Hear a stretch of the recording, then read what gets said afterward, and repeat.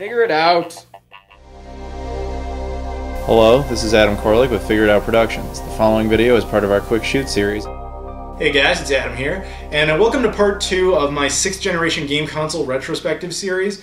Part 1 was about the generation as a whole, and this part will be about the Sega Dreamcast. Before I go into it though, I want to say thank you to all of you. This series I had no intention of ever doing. You know, I did one on the 7th generation and on the 8th generation, and a lot of people requested that I do this. And so this series comes exclusively because you guys asked for it. So I hope you enjoy it, and thank you very much for continuing to watch stuff that I put out there. So, the Sega Dreamcast. Now, if you've been watching me for any length of time, you know this is absolutely, hands down, my favorite game console ever. And it's not just because of Shenmue. But, yeah, no, I absolutely love this console. I've done a crap ton of videos and stuff for it. I have a complete game collection for it. You can go check out videos on that if you're interested. Let's kick it off by talking about the idea that a lot of people have that the Dreamcast does not count as part of the 6th generation. That used to be a bigger deal a few years ago, but there's still some residual, I think, holdouts who think it doesn't count.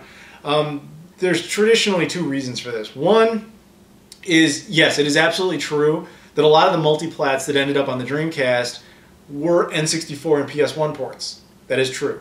But that doesn't mean it was part of that generation. It just means that it was launched so early in the 6th generation. You know, the multiplats, Sony and Nintendo were still working on their 5th generation hardware. So developers were like, okay, well, we'll port stuff to the Dreamcast instead of the Saturn because you guys are done with the Saturn. The Saturn was their 5th generation game console. It was not a successful one, but it was their 5th generation game console. And the other argument that comes up a lot was how quickly it was discontinued. You know, by the time the GameCube and the Xbox were out, the Dreamcast was pretty much done. Like there wasn't much happening with it anymore. In fact, there was only one series I'm aware of that crossed all 4, and that was, I think, Sega's own 2K2 Sports stuff ended up on all 4 of those consoles. So I can see why you'd think that, but it's simply not true. The only reason it was discontinued so early was it was just funding. It just ran out of money. But that's not a flaw against the console itself. I mean, if you want to argue things like graphics, I would put out there that Shenmue 2, in particular, which pushed the console more than anything else and still didn't push it to its potential, very much on par with a lot, if not all, of the stuff we would see from the GameCube, the PS2, and the Xbox. Now, I'm not going to sit here and tell you the Dreamcast is more powerful than any of those, because that would not be true, though in some ways it was more powerful than the PS2. But it is a 6th generation game console. And it's weird to me when people debate that it's not, because then they argue like, well, then I argue, where does it exist then? Because the Saturn, undebatably, is their 5th generation game console. It was the last console that ever measured in bits. If you guys remember the bit wars, you know, 16 bits, 32 bits, all that. This was the only console ever that acknowledged that it was 128 bits. PS2, which came after it, didn't deal with that. It dealt with polygons. It was the last console to ever use a rumble pack. Now, this is the controller. And here, this thing, well, it's called the jump pack on the Dreamcast. There were only 2 consoles that ever used these. To the youngins out there, controllers didn't always just vibrate. They do now because that's built in internally. But the Dreamcast and the N64 had these little proprietary packs on them. You put in, and if the game supports it, then the controller vibrates. But this thing does all the vibration. So it was the last one to do that. It also had, I think, the best memory card ever. Granted, it doesn't have a whole lot of space on it, and that's a big flaw. But as a piece of equipment, it's pretty cool. It's a portable little device. You know, it had its own games, and it had additional features like the ability to transfer saves from card to card. And it was just a very neat thing. As well as there were other games that took advantage of it. You know, because once you put it in your controller, it creates a little screen. So some games like the NFL sports games, not that I care about that specifically, but one thing they did that was really cool was that if you're playing the NFL games with like a friend, rather than have your plays show up on the TV, they show up on the controller, so no one else can see what you're doing, which is, I think, pretty unique. Games like Resident Evil 2 took advantage of this. You know, rather than, if you ever play the Resident Evil games, when you want to see what your health condition is, you kind of have to pause and look at your, your whole menu. But the Dreamcast actually would show your health, like just constantly, it would show like a little heartbeat thing, so you could just look down and see what it was. The Dreamcast controller, a lot of people now especially give this controller a lot of crap, and I think it's not really fair to do that. You have to look at it at the time it was released. A lot of people complain now because they're like, the people have become very used to basically the Xbox 360 type of controller, you know, a wider controller with 2 thumbsticks. The controller is really good for games that were designed for it. But I will be the first to admit that it's not a perfect controller. You know, it's not great for like fighting games, and it's unfortunate in hindsight because we got so used to second joysticks that yeah, it does hinder it. It came with a modem right out of the box and made online gameplay so much more possible and practical to people. It wasn't perfect, but they eventually did release a broadband adapter for this thing. That made online gameplay way easier. It's a very rare piece of equipment now. I'm so glad I have one. But it does help to keep the Dreamcast somewhat relevant in that sense. It introduced us to enhanced definition in games, resulting in very clean picture if you use it properly through VGA cables. And make sure you get, if you're going to get VGA cables for the Dreamcast, get good ones. Don't get cheap Chinese ones.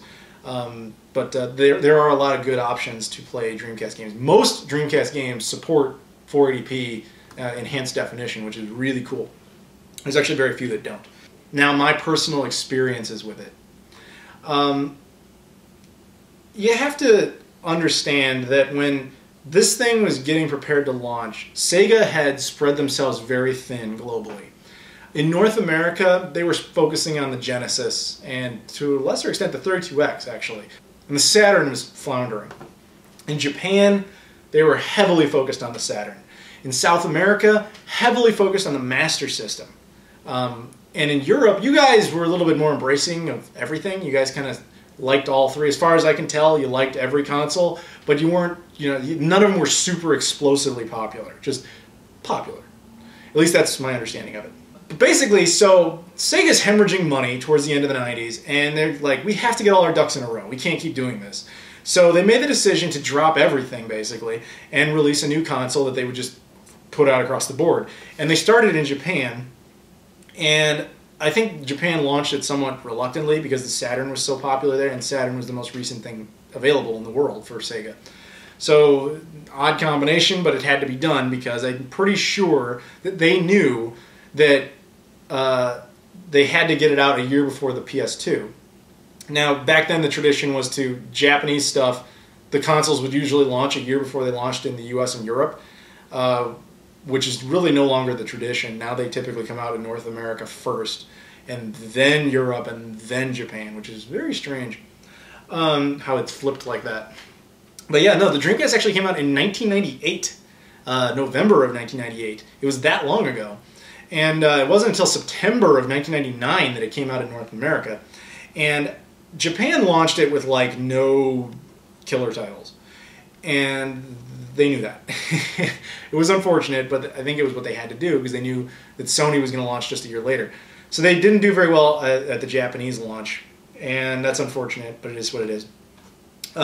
Actually, funny thing there, Sega of Japan wanted to include Saturn backwards compatibility in the Dreamcast, but Sega of North America, and I think it was also Sega of Europe, basically said, like, you can't do that. Because this thing launched at, like, I think it was $200, and it would have, you know, increased it to maybe at least like 300, if not 350, and they were like, you can't do that. The Saturn is not popular in our parts of the world. If we do this, we're just going to tank immediately. And I kind of wish that Sega of Japan had separately said, okay, fine, the Japanese Dreamcast will be backwards compatible with the Saturn, while the other ones are not. Because can you imagine how cool that would be now to import a Japanese Dreamcast and have Saturn backwards compatibility? That'd be pretty awesome. Impractical probably, but it would have been cool. Anyway, so it basically flounders over there, but Sega of North America makes the brilliant decision to say, like, look, we're going to spend the next few months just amping people up. We're going to get people excited, and we're going to let developers just make games. And so I remember when they announced the Dreamcast in a magazine, because you didn't really have the internet at that point, and it was just like, holy shit. I was so excited, because I grew up on the Genesis, and I loved the Genesis, as well as the SNES, but I loved the Genesis first. And I remember not even knowing the Saturn existed. And I was embarrassed by that as a Sega fan, but it's true. You know, like I moved on to the N64 and the PS1. I literally didn't know anyone with a Saturn. And I just thought Sega had just kind of vanished. Because, you know, when you're a kid, you don't really think about, like, global economics of the gaming industry. But when they announced the Dreamcast, I was like, oh my god, Sega's back, this is going to be awesome. And they spent that whole year successfully amping me up, I know, and they did it for a lot of people. And then they launched in September of 1999, September 9, 1999. And they came out with this amazing console with an unbelievable library of games. And I remember that day, the day it came out, I was in school, and I knew a bunch of kids weren't there. A bunch of kids had actually had not gone to school and had gone and picked it up. And we're talking about when I'm in like the 7th grade, so you had some cool parents who said that they could go and take the day off and go get a Dreamcast. I had pre-ordered mine before, and after school, which was, again, the longest fucking day of school ever, got in the car, and my mom took me over there, we picked it up, and I made a deal with her, like, all right, look, I just want to pre-order it now, and I have it now, this is going to be a Christmas gift, and you can give this back to me at Christmas. And she was like, all right, sure. And it took a little bit less from the time between when we left the store and when we got home, you know, the car ride, for me to convince her to just let me have it right away. In fact, I think I opened it during the car ride. And I got it back to the house, hooked it all up, and I was like, oh my god, this is the greatest fucking thing ever. I love this thing. I only bought one game with it at the time, and that was, of course, Sonic Adventure, which is one of the best games ever for the Dreamcast. Like, this is a phenomenal game. I love this game. And to this day, I don't think Sonic has transitioned very well into 3D. I think most people agree with that. This is, in my opinion, the single best 3D Sonic game that was ever made. And then after that, it was kind of a dry spell for a bit. You know, like, I think that was a collective feeling for most people, was that when the Dreamcast came out, it had a ridiculously awesome launch, and then just kind of did nothing. Because Sega kind of busted their load right at the beginning. You know, they released everything they had. They came out guns blazing with no real plan for longevity. Shenmue was like the big thing that was in the works, but that was, you know, not until like summer of 2000. You know, like they released some stuff as they went along, but it was nothing explosive. So I remember actually, it wasn't until like winter of 1999 that I even got a second game, and it was a very strange one. But I got NBA Showtime on NBC, which I absolutely love this game. It was really, really fun, and honestly, for the rest of the Dreamcast's commercially relevant lifespan, I only picked up a handful of games. I picked up Power Stone, I picked up Crazy Taxi, and as you can see, they're both All-Star labels. I mean, these were the reprint versions. I did not get them right away. And partially that was because I had a few friends that had a Dreamcast, but they all had the same games. And Blockbuster, if you guys remember them, was not renting Dreamcast games. At least they made that decision early on, and then they changed their minds in like mid-2000. They started renting them. There were Hollywood Video, I don't think anybody remembers them, was renting Dreamcast games, but they were none in my area. The official Dreamcast magazine that came with the demo discs, I got to try some games, but you know, it was slim pickings mostly, and that sucked.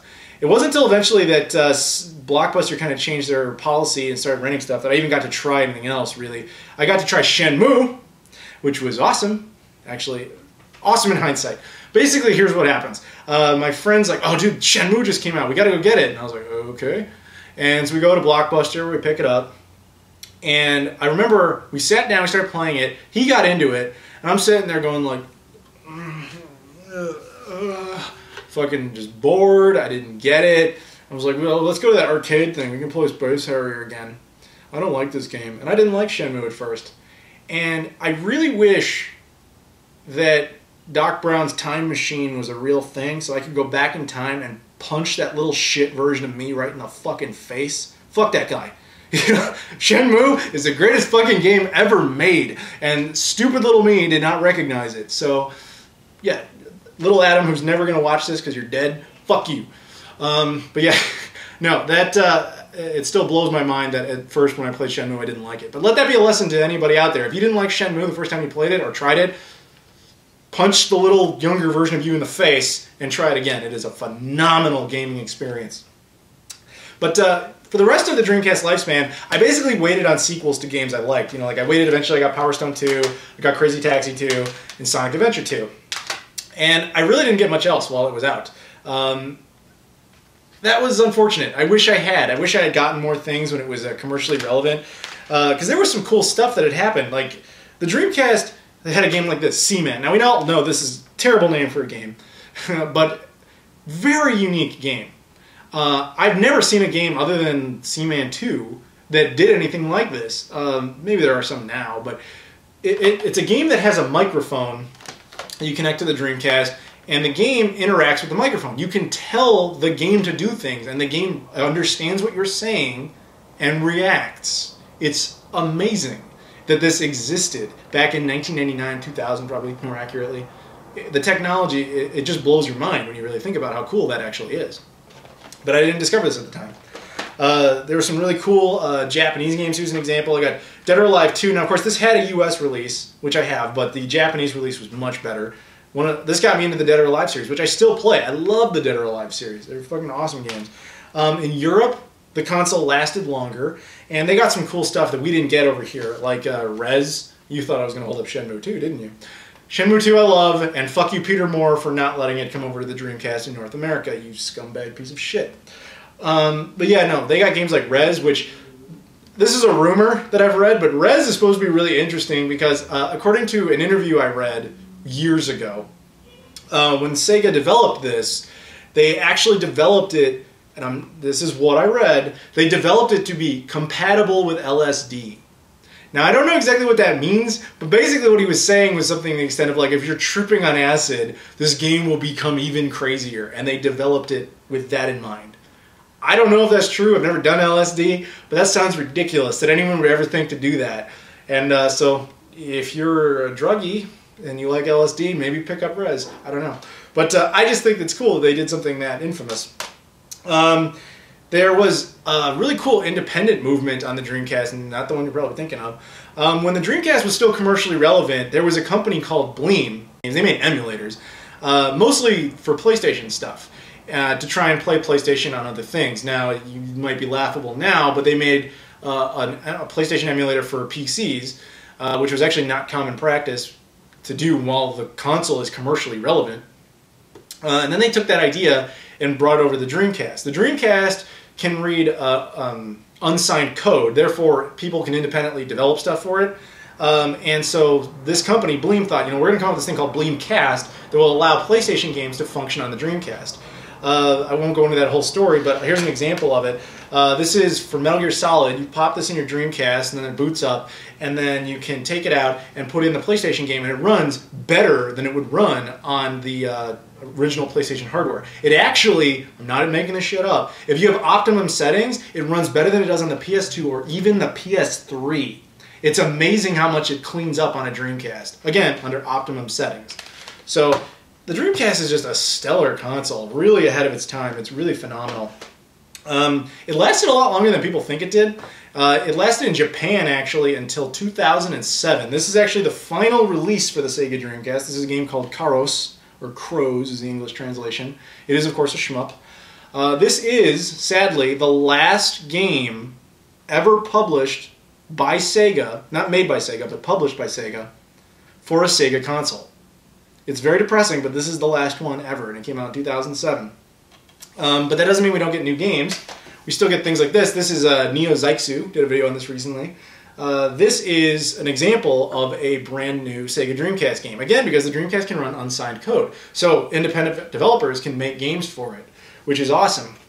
And that's why you still get stuff. It's actually quite ironic. When you compare it to the other 6th generation game consoles that all, you know, kept going well after the Dreamcast did, they're all done.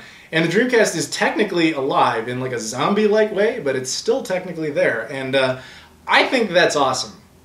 And I really love the Dreamcast. I think it's a phenomenal console. It's highly underrated. If you've never played it, you've got to do it. It is, I think, I'll probably get wrapped in the mouth for this, but I think it was the last true gamer's console.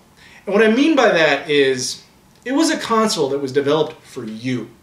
For you, the one watching this video. It was made for you.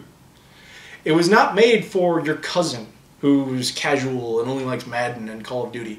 It was not made for your aunt who likes Wii bowling. You know, it wasn't made for that kind of market. It was made specifically and targeted exactly towards you, a person who is passionate about games, a person who cares about games, wants good gameplay and good stories, and really gets involved in those type of, what most of the world would consider a very niche kind of hobby. Unfortunately, that's probably what killed it, is because it couldn't appeal to enough people. But that being said, in the time that it was around, it left us with some phenomenal games, and you still get new ones. So if you ever get the chance, pick up a Dreamcast. I promise you, there is something on that console. If you're a real gamer, you will find something on the Dreamcast you like. Even if you think you hate the Dreamcast, even if you've been like, I played it once, I thought it was shitty. I promise you, if you go into it with more of an open mind, if you look at its library, you will find something phenomenal. I highly recommend you hit up the Dreamcast Talk forums. Be like, hey guys, my favorite game is this. What on the Dreamcast is kind of like that? And I promise you those people will help you try to find something similar, and you'll be astonished just how many great games exist on this console. And it's too bad that Sega will never make another console. I'm sure people will ask, Dreamcast 2? Huh? No, there's never going to be another Sega console. I wish there was, but there's not. It is sad, really, when you think about the Dreamcast and how it went out. And one thing in particular sticks into my mind. The Dreamcast was mostly backed by then president of Sega Japan. I can't remember his name off the top of my head, but the guy who ran president of Sega of Japan was really into the Dreamcast. Very passionate about keeping it alive. So much so that he, even when it was floundering and it didn't have enough money, he pumped his own private, supply of money, his own money, his personal, out of his pocket, into keeping the console alive. He cared about it that much. He was the guy who went to Microsoft and begged them for support, even though they turned him down. And then when the Dreamcast died, the guy died, the human being died like 2 or 3 days after the Dreamcast was discontinued. And in a real sense, Sega died with him. Because after that, they went the third-party route, and now, Sega is not what they were. Sega is now kind of a shitty third-party developer, and it makes me very sad, because they used to be so great. So that's it. That's my thoughts on the Sega Dreamcast as far as a retrospective and how it compares to the rest of that generation. And stay tuned for part 3 where I will be talking about the PlayStation 2. And that's it. Thank you guys for watching, and I'll see you all later.